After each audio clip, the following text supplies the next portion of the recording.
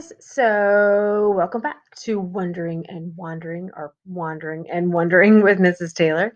Guys, we've got a mystery to solve. So, nature detectives, get on your nature detective hats, get out your magnifying glasses. We have to solve a big mystery, and I think you're just the ones to do it. So, we have a backyard wildlife mystery. And what that means is I've been recording the activities of wildlife all over my yard, and the results were not at all what I expected. I know that you know what animals need because you've been studying this. We all know that in their habitats, animals need air, water, food, and shelter, right? And we can think of spaces that have lots and lots of those resources and should be able to support lots of interesting animals, and spaces that maybe don't have as many of those resources and shouldn't support as many animals. And I thought when I started putting out my wildlife camera that the spaces that had lots of air, water, food, and shelter would be great spots to catch lots of animals. But what I found was quite the opposite.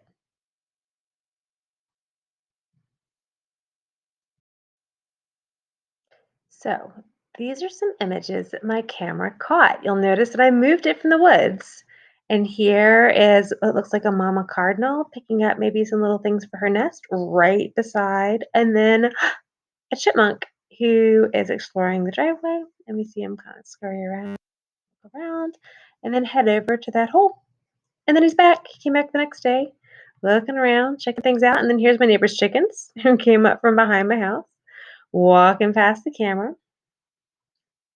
And then I moved it again, back here to the back deck. We've got this little wren checking out the camera, and the possum. And this is our first example of the night vision mode. I knew he was under the deck, and there he comes out and he checks out the camera. He finds it kind of frightening and runs away.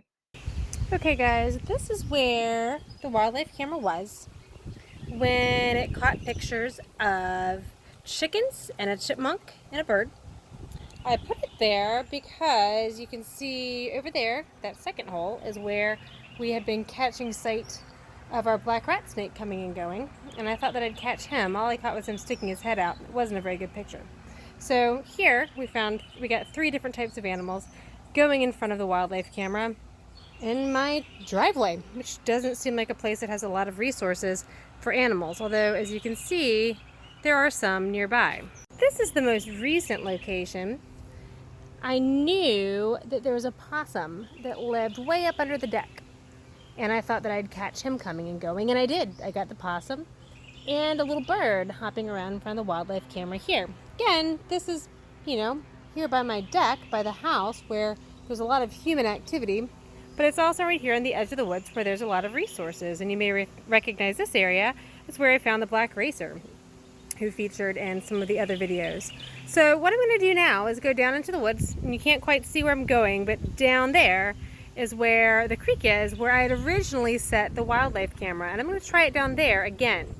Okay guys, so I'm trying back down in this space again because, as so many of you pointed out, there are terrific resources here for animals to use to live and thrive in this space. We have lots of plants and lots of bugs and other small creatures for carnivores. We got the plants for herbivores, and omnivores can have those, and the insects and little frogs and things. Got a great water source here. It's a running water source, which means that it's probably a good one for animals to drink from.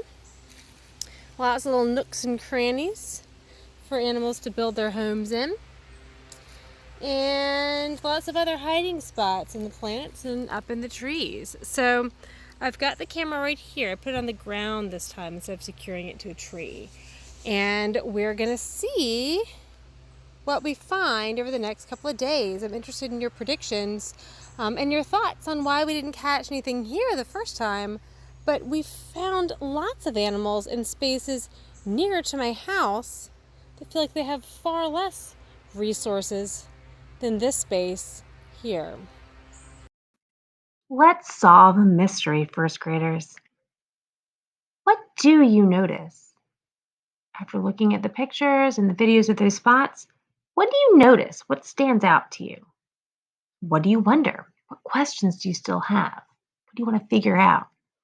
And why is the camera catching animals more outside the woods than inside the woods? It's a real mystery. Good luck, nature detectives. I cannot wait to see what you figure out as you solve this nature mystery.